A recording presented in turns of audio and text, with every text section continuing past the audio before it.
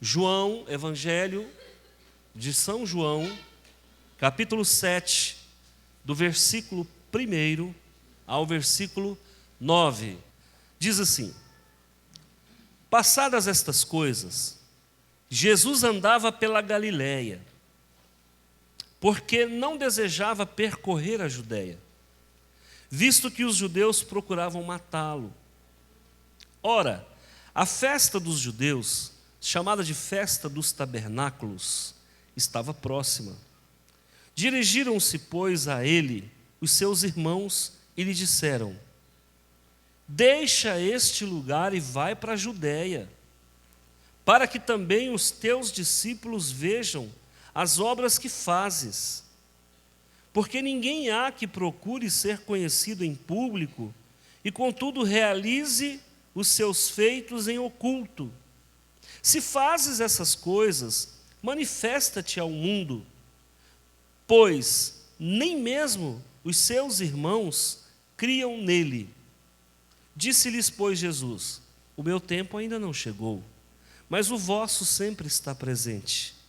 Não pode o mundo odiar-vos, mas a mim me odeia, porque eu dou testemunho a respeito de que as suas obras são más.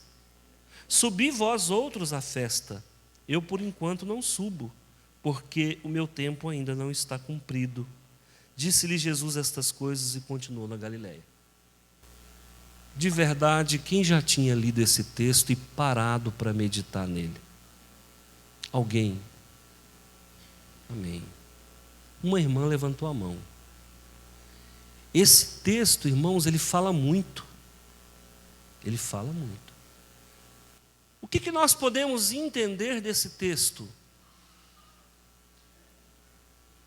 Esse texto foi uma narrativa do apóstolo João, na qual algumas palavras que o próprio Jesus disse estão nelas implícitas.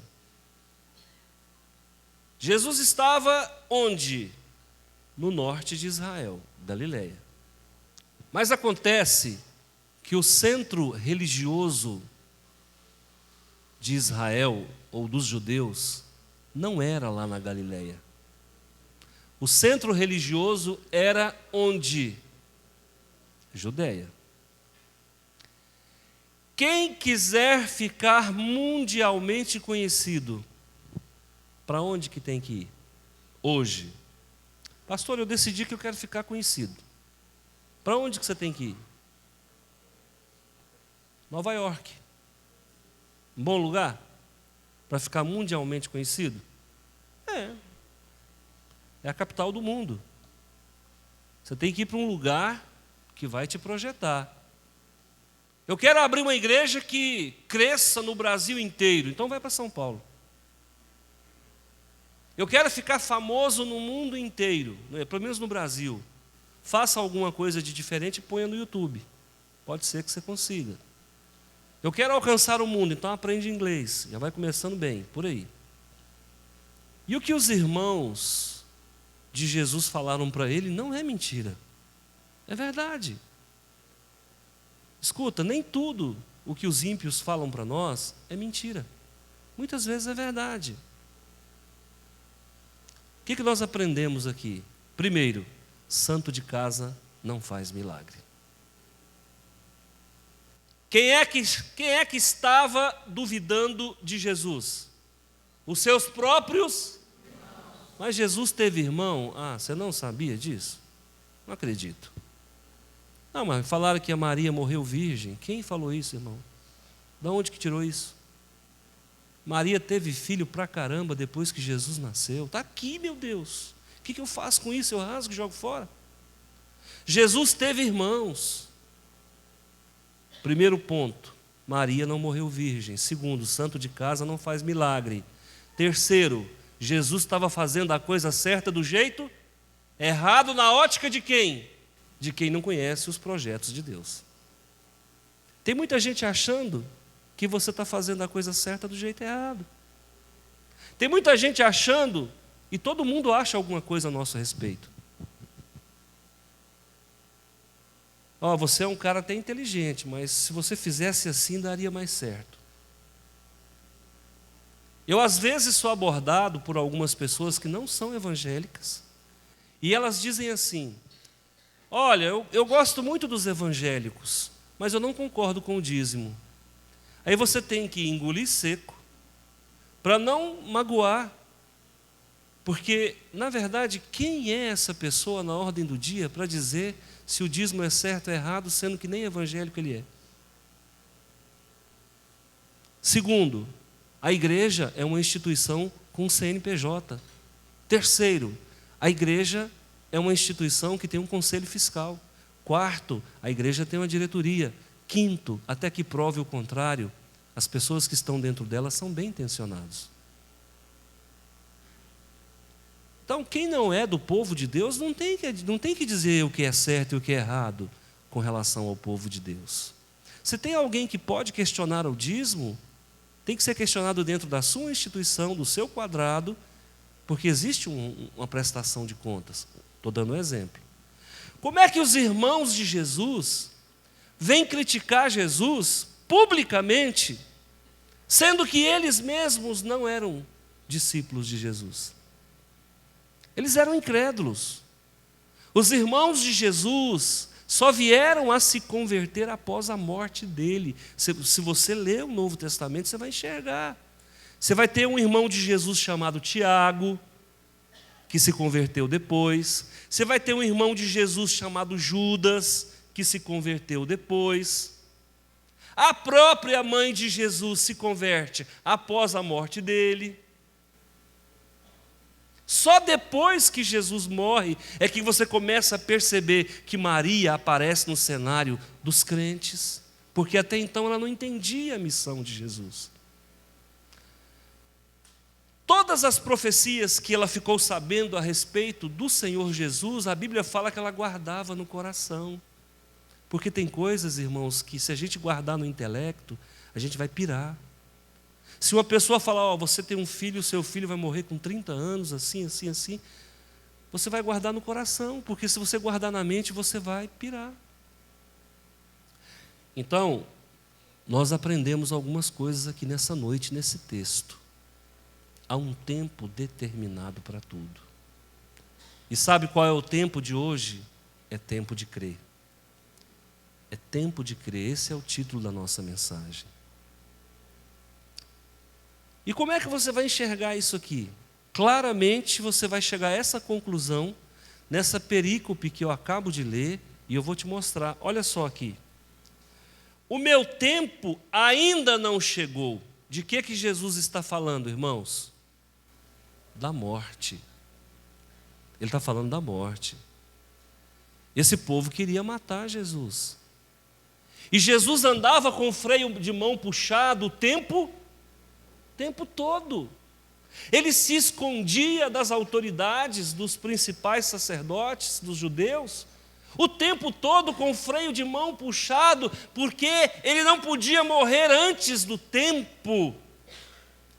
Havia um tempo pré-determinado para a morte e ressurreição do Senhor Jesus, e ele teve que administrar isso, porque ele tinha ciência do perigo que era estar no meio do povo, falando aquilo que o povo não quer ouvir. E ele fala, o meu tempo não chegou. Então eu quero que você grave isso no seu coração hoje. O tempo de Jesus não havia chegado, mas o seu chegou. E ele fala assim, o meu tempo não chegou, mas o vosso está presente. Que dia é hoje? É dia de você aceitar Jesus como Senhor e Salvador da tua vida. Que dia é hoje? É dia de você vestir essa roupa por dentro e por fora. É hora de se colorir por fora e por dentro. Esse é o verdadeiro color. Color por fora e color por dentro. Nós precisamos ter a mesma face externa daquilo que está dentro de nós. O meu tempo não é chegado, o dia da minha partida não chegou, mas o dia da minha chegada na vida de cada um de vocês é hoje. Quantas vezes eu frequentei igreja evangélica jogando para amanhã uma decisão que deveria ser tomada agora. O pastor terminava o culto e ele falava: quem quer aceitar Jesus? E eu acho muito democrático, num tempo em que a gente fala de Estado democrático de direito, é muito democrático. Quem quer aceitar Jesus, não aceita Jesus hoje, senão você morre, você vai para o inferno. Pastor, que palavra dura, pois é. A palavra de Deus não volta vazia. Eu tinha 7 anos de idade, a minha mãe mandava levar marmita para o meu padrasto.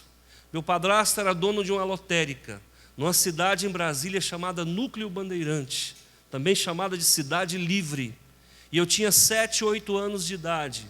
Naquele tempo as coisas eram muito precárias e não tinha essas marmitas almofadadas, não tinha com segredo para abrir, não tinha. Eram marmitas feitas com 2 pratos, um de boca para o outro, parecendo um disco voador. Todo dia era aquele sofrimento. Minha mãe pegava a comida, colocava no prato, emborcava um outro prato por cima, pegava um pano, amarrava e dava um laço. Quem passou por isso, gente? Não é possível que é só eu que passei por isso. E eu tinha que levar aquele prato quente, que a comida estava quente, eu tinha que pegar na orelhinha do nó, porque eu não conseguia pegar por baixo. Aí eu pegava na orelhinha do nó para andar, pasmem, daqui, exatamente daqui, naquela pracinha ali, 3 de maio. É longe ou é perto? Longe. Para menina é festa, né? Mas é longe. E eu ia com aquele segurando naquele nozinho. Só que vai indo, irmão, dá cãibra no dedo. Adormece o dedo. Aí eu trocava de mão. E aí quando eu cansava, eu colocava na cabeça. Verdade, irmão, diante do Senhor, não estou mentindo. E numa dessas peripécias o prato quebra, porque menino não anda, menino ele anda é pulando. Vocês já viram como é que menino anda? Certo dia, minha mãe colocou uma comida muito quente, uma comida mais aguada, não sei como é que fala, caldo, né? E eu coloquei aquele negócio na cabeça e fui pulando, e o prato quebrou e o caldo escorreu. Sério, irmãos. Voltei, enquanto a empregada, naquele tempo falava empregada, né? Enquanto a empregada preparava outra marmita, eu apanhava no secreto. Naquele tempo não dava processo, não dava nada, não tinha problema, meu pai podia bater. Mas eu passava por uma parada de ônibus e sempre tinha uma dupla de cego que cantava naquela parada. E muitas vezes eu parava com o prato para ouvir os cegos cantarem. Aí o almoço atrasava. O padrasto perguntava por que demorou. Eu falei, não, é porque demorou a fazer. Mentindo. Eu estava ouvindo os ceguinhos cantar. Só que um dia eu passei e não havia cego cantando. Eu encontrei um homem com um livro preto na mão, vestido de terno, num calor de mês de agosto, numa poeira fora do comum. Quem conhece Brasília sabe. E lá a claridade é pelo menos o dobro daqui. E eu passei e aquele homem estava na parada. E uma frase que ele disse nunca mais saiu da minha cabeça. Ele disse assim: se você não aceitar Jesus agora, você vai descer ao fogo do inferno. E eu vi que o ceguinho não estava, falei, eu vou embora. Por que a gente não esquece, pastor, dessas coisas? Por que não esquece disso? E aquilo me acompanhou para o resto da minha vida. Então, quando eu digo, aceita Jesus hoje, ou então você vai para o inferno, eu não estou forçando, eu estou dizendo que o tempo seu é agora. Porque amanhã eu não sei onde você estará, e nem eu sei onde eu estarei. O que nós podemos fazer hoje, faça agora. Não deixe para amanhã o que você pode fazer hoje. Jesus está nos ensinando que o tempo dele não tinha chegado, mas o nosso já chegou. Amém? Amém. Grava isso. É palavra de Deus para a tua vida. Eu não sei se você vem aqui como simpatizante. Eu não sei se você vem aqui como alguém que não tem outro lugar para ir.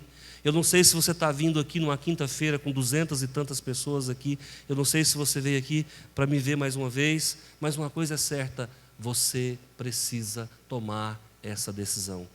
E o teu pai não vai tomar por você. A tua mãe não pode. O teu pastor não pode.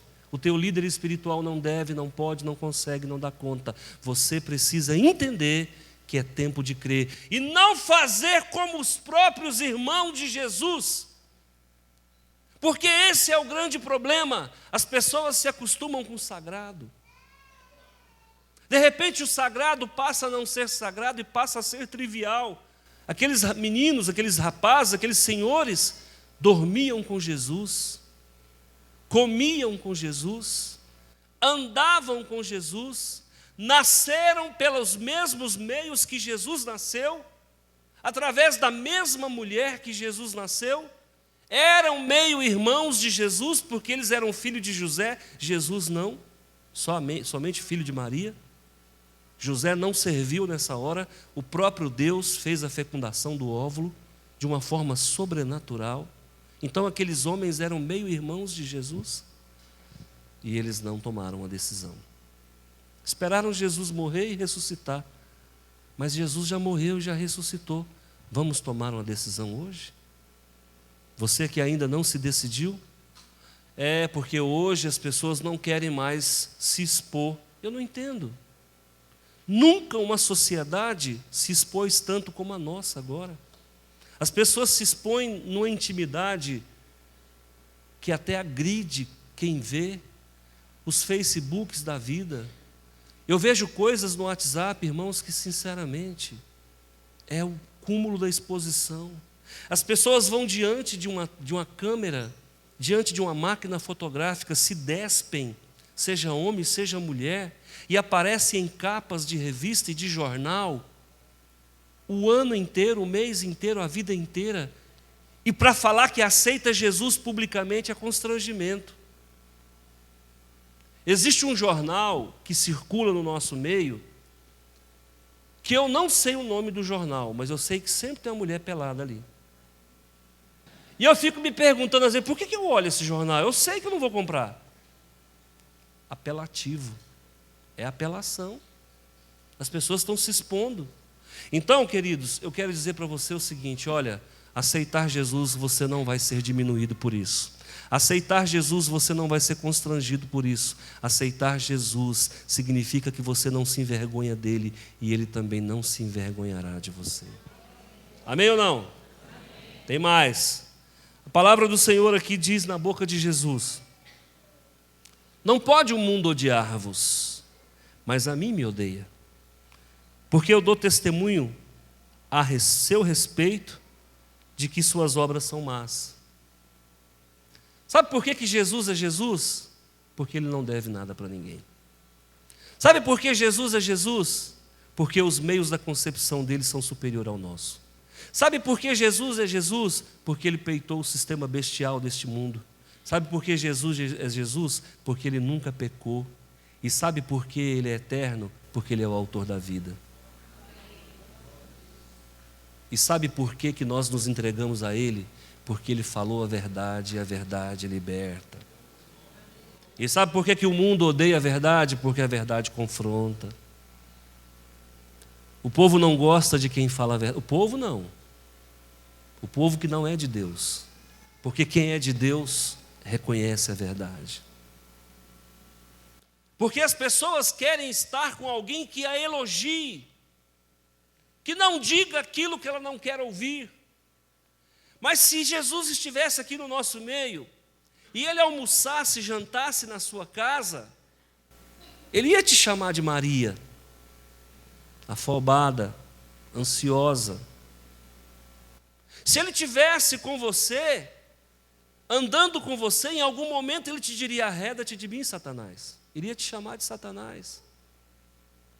Se ele estivesse caminhando com você para a passo, ele diria em algum momento: está cansado de mim, quer ir embora? Pode ir embora também. Porque ele fala a verdade. Mas é melhor a gente andar com quem fala a verdade e tem vida eterna, do que andarmos com pessoas que nos bajulam e que na verdade não acrescentam nada em nossa vida. Quantas religiões não acrescentam nada na vida das pessoas? Entra ano e sai ano, e aquela pessoa continua a mesma, casca grossa, avarenta, mentirosa. Quantas religiões existem, até pseudo-cristãs evangélicas, que não estão pautadas na verdade que liberta. Quantos líderes estão aí, irmãos, com seus egos massageados, rodeados de tantas testemunhas, e na verdade a testemunha fiel e verdadeira não anda com ele. O evangelho que ele prega não é esse evangelho que molda. E quando nós começarmos a andar nesse evangelho e viver em cima dessa verdade, o mundo também vai nos odiar. Deixa eu falar uma coisa para vocês. Eu sempre gostei de política. Gostei de poucos políticos. Não é qualquer político que faz a minha cabeça. Mas eu gostei de uns 2 ou 3 aí. Sabe por quê? Esses políticos que eu gostei se parecem comigo, falam a verdade. Mas deixa eu falar uma coisa para você. A gente vai a um político e ele diz: olha, eu não vou poder te fazer isso. Não tem como arrumar isso aí para você. Nós saímos de lá magoados e votamos no outro. Você quer, muitas vezes, ser enganado quando ele diz: olha, eu vou resolver esse problema para você, e ele te empurra, perdão da expressão, com a barriga, 1 mês, 2 meses, 3 meses, não resolve, não te disse não, e se você, sem perceber, ele te tirou da jogada. Irmãos, Jesus não se presta a isso. O nosso Jesus é pela verdade, e eu arrumei alguns inimigos nessa vida.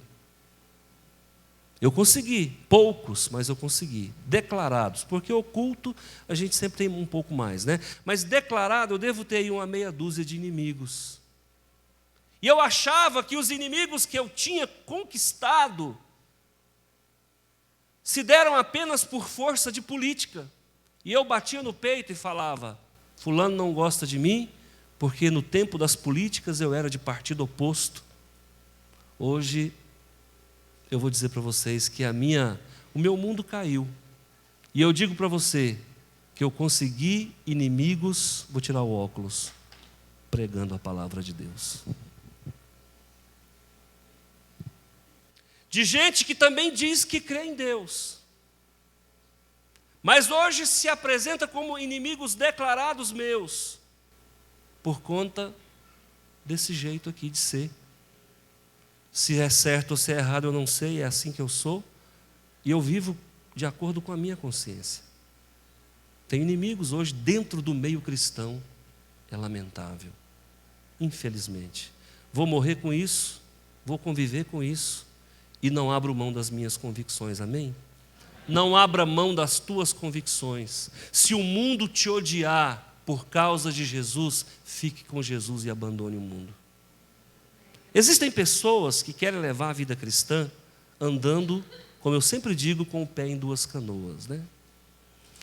É uma no cravo e outra na ferradura. Hoje, conversando com o irmão, ele falou assim: você viu aquele jornalista fulano de tal?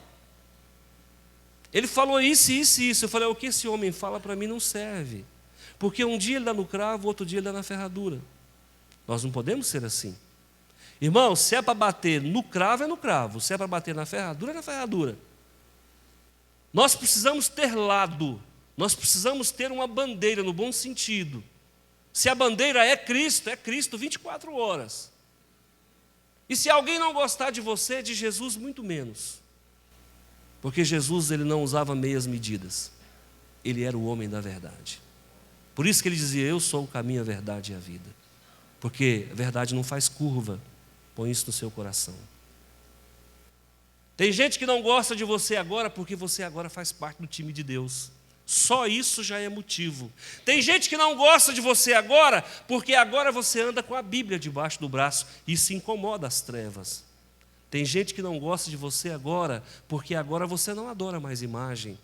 Tem gente que não gosta de você agora porque agora você não senta mais na roda dos escarnecedores. Tem gente que não gosta de você agora porque agora você é marido de uma só mulher. Tem gente que não gosta de você agora porque agora você não faz parte mais do gueto. Essa palavra gueto é pejorativa, no sentido pejorativo. Em comparação, em compensação, irmãos, um mundo se abriu para você. Um mundo que o mundo não conhece. De luz, de paz, de alegria. Jesus está nos ensinando aqui, mas Ele fala mais.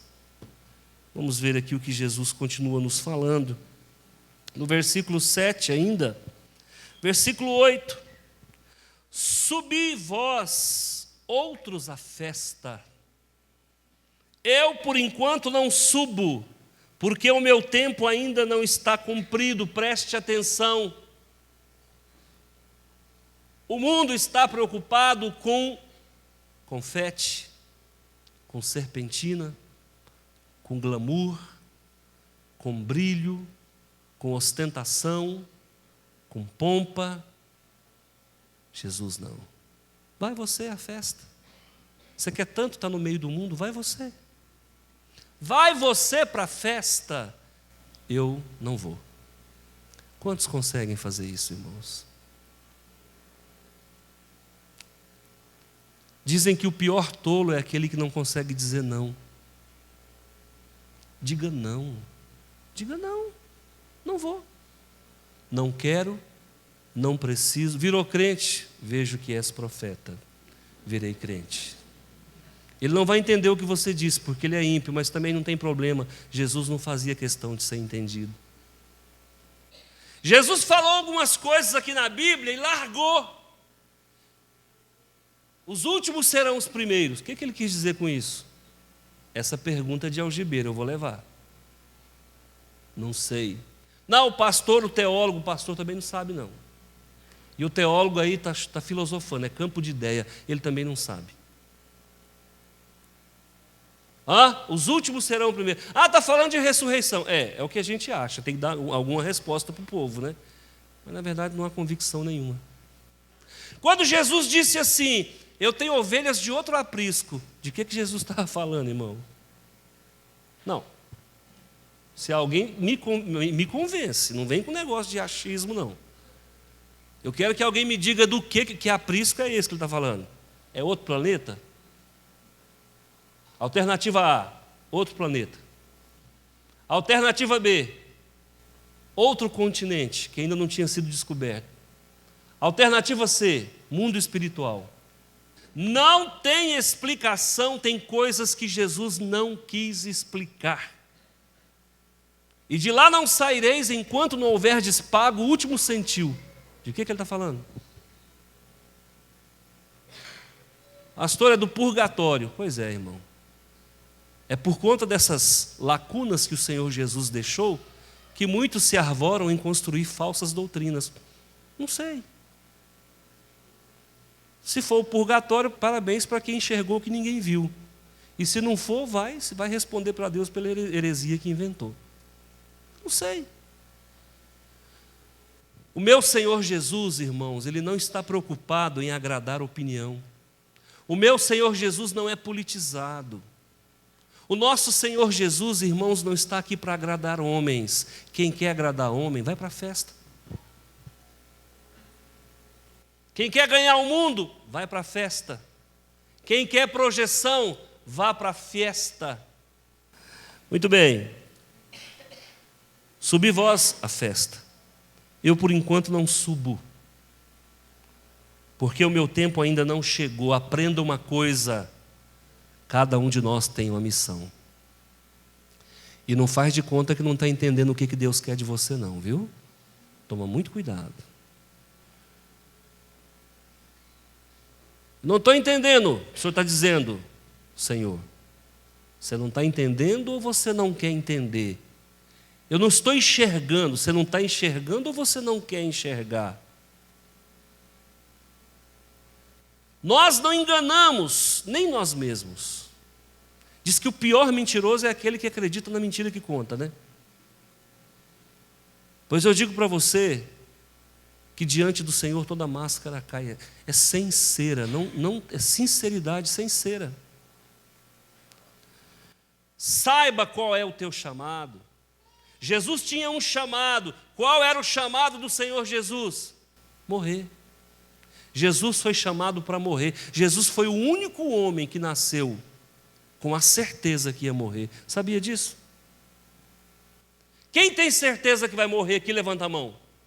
Não precisa ter, para baixar a mão. Não, claro que não. Gente, o único homem que tinha certeza que ia morrer era Jesus. Porque Jesus, se ele voltar hoje, você não passa pela morte. Você está entendendo, irmãos? Que nós estamos numa condição melhor do que a do Senhor Jesus. Primeiro, porque nós não temos certeza. Tem gente que fala assim, a única coisa que é certa é a morte. Não é verdade. Se Jesus voltar hoje, nós vamos subir em glória. Mas se a morte é a única certeza que nós temos, por que Enoque não morreu? Diga para mim. Se a morte é a única certeza que nós temos, por que Elias não morreu? Ah, então peraí. E é por isso que você vai ver lá em Judas, Satanás dando um fecha no anjo. O que vocês fizeram com o corpo de Moisés? O anjo, irmão, de bobo não tem nada. Falou, ó, você é com Jeová, você resolve com ele aí. Ué, não me comprometa. Porque o diabo é legalista. Existe uma tradição, um livro que nós chamamos de apócrifo, que é o Gênesis apócrifo. Não sei se alguém já teve a curiosidade de ler.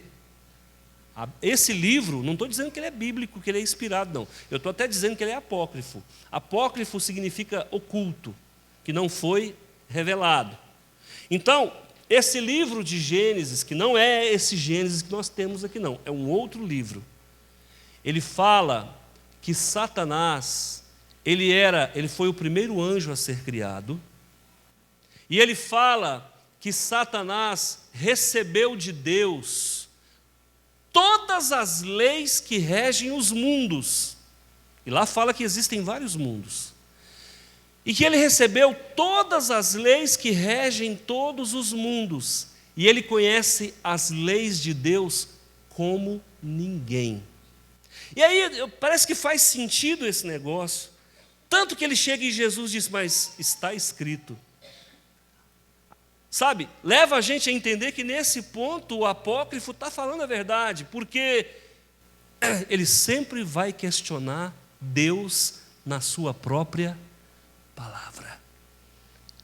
É coisa de quem sabe e conhece as leis. E ele é legalista. Ele chega lá no anjo Gabriel, se não me falha a memória,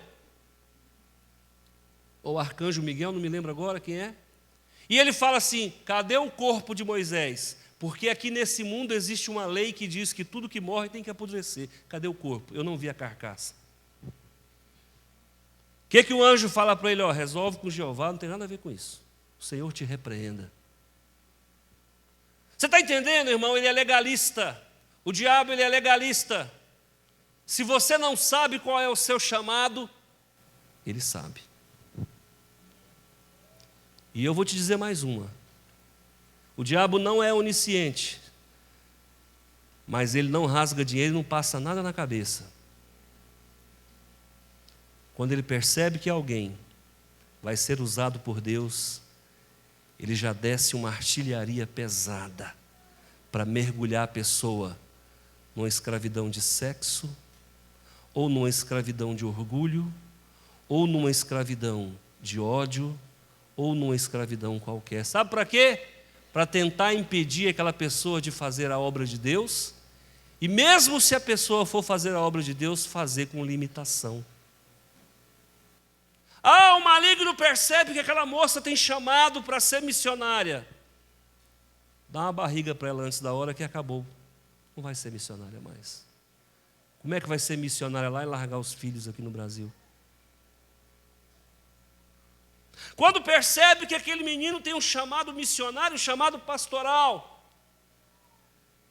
vamos desenvolver nele aí um desvio de conduta qualquer. Quais são as lacunas dessa família? Quais são as carências que norteiam o caráter dessa criança, o temperamento dela? E vamos trabalhar em cima. Mesmo que ele vire um pastor, será limitado. É assim que ele trabalha. Ele está de olho em tudo. É o olho que tudo vê. Aí você consegue entender agora? Jesus em momento algum se deixou levar pelas circunstâncias. Não olhe as circunstâncias. Não, não, não. Quer ir para a festa?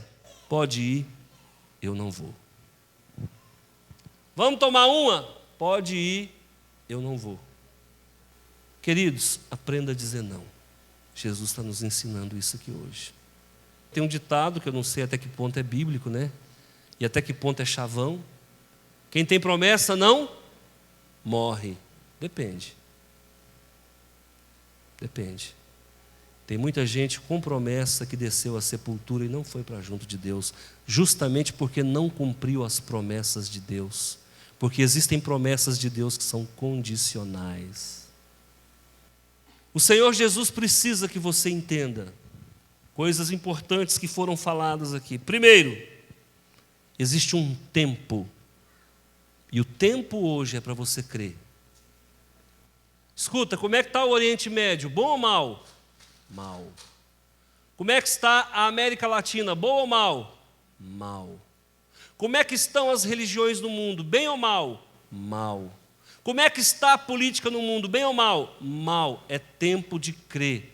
O momento é agora. Onde abundou o pecado, superabundou a graça de Deus. O Espírito Santo ainda está aqui. A porta não está fechada. Jesus ainda espera por você. Esse é o tempo. Segundo, viva na verdade. E quem quiser te odiar, que odeie. Terceiro, não faça consórcio com o mundo. Você não tem que viver de glamour em glamour, de festa em festa. Nós estamos vivendo o maior escândalo que o mundo já viu. Nem nos Estados Unidos da América, nem em nenhum país da Europa, dos mais evoluídos que possa existir, Alemanha, Suíça, Suécia, nenhum desses países enfrentaram o que o Brasil está enfrentando. Coube a nós, onde abundou o pecado, superabundará a graça de Deus. Eu sei que Deus vai nos recompensar por isso. O que nós estamos vivendo, irmãos? Uma epidemia, para não dizer uma pandemia, de doenças viróticas.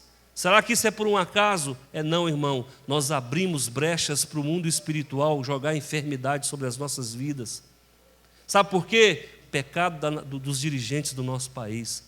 Quando Davi fez o que não devia, 70 mil pessoas morreram.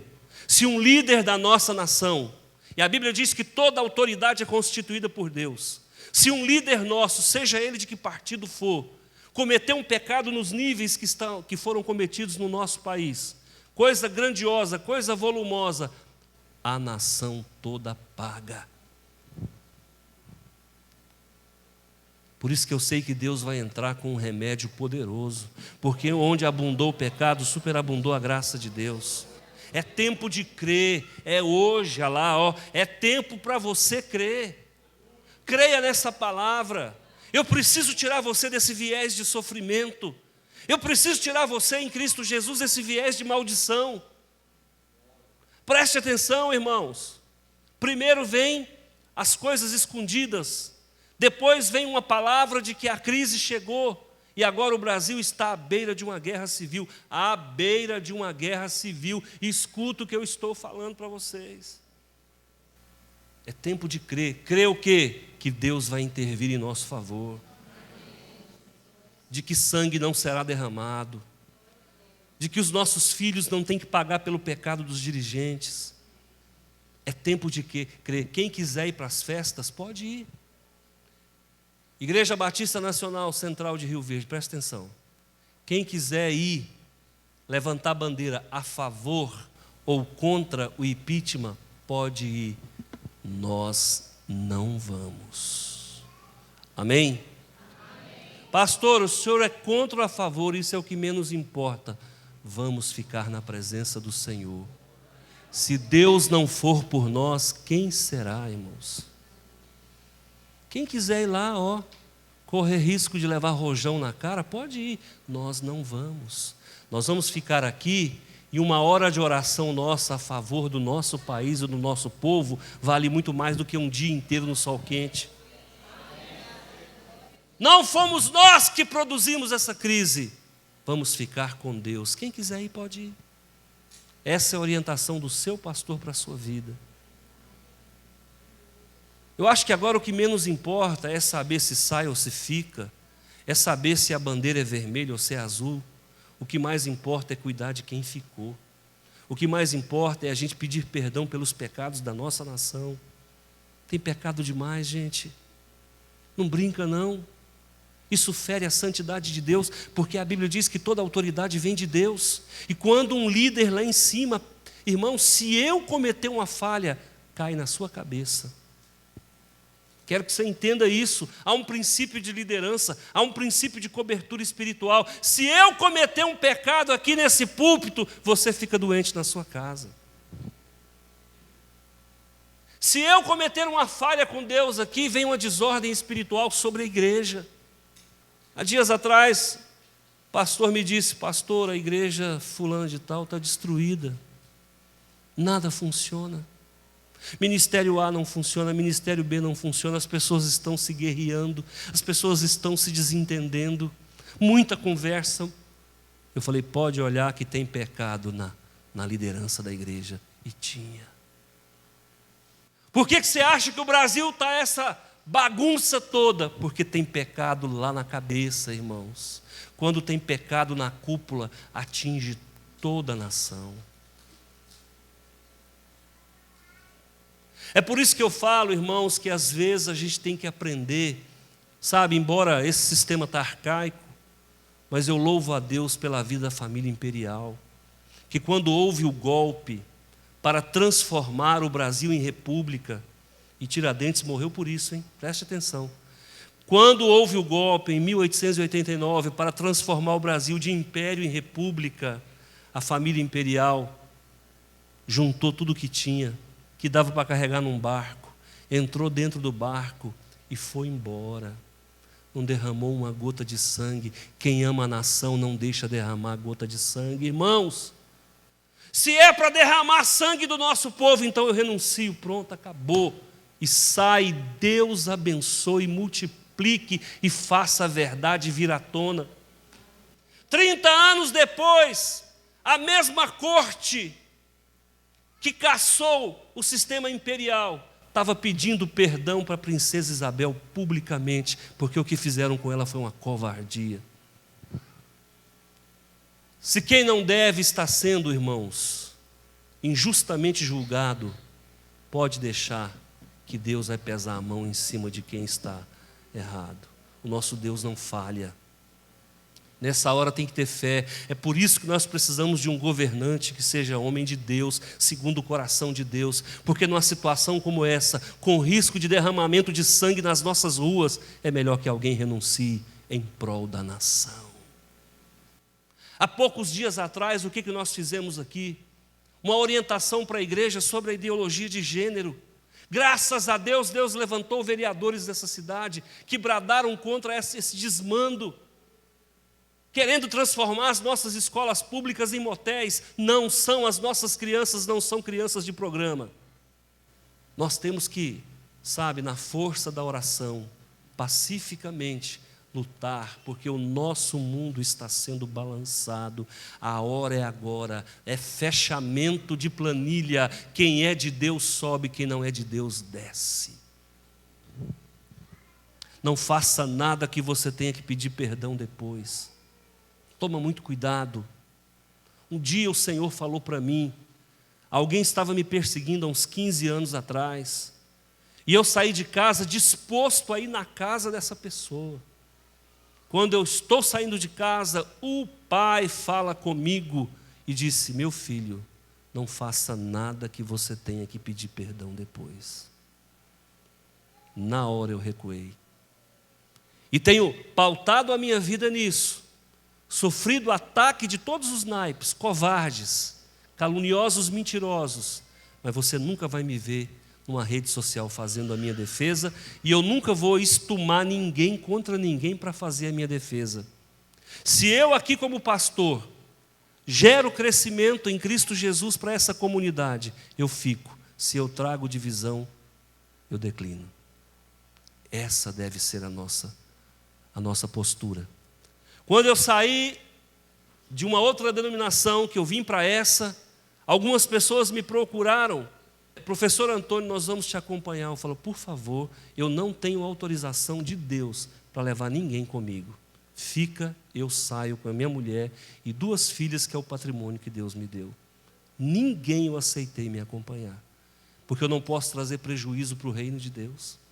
É muito sério isso aqui, irmãos. Nós não podemos trazer mancha para essa obra. Por que essa obra cresce tanto? Porque Jesus ainda está aqui. Porque na hora que ficar só a carne, irmão, vira só contenda, vira só desentendimento e vira só problema. Ninguém se entende mais. Quando sobra confusão, faltou santidade. Amém? Eu peço que você ore por essa nação. E ore para que a paz possa prevalecer. Seja com o governo A, seja com o governo B. Para que não aconteça conosco o que aconteceu em 64. Para que não aconteça conosco o que aconteceu antes. O nosso povo é um povo pacífico. O povo brasileiro é um povo pacífico. É um povo de paz. Amém?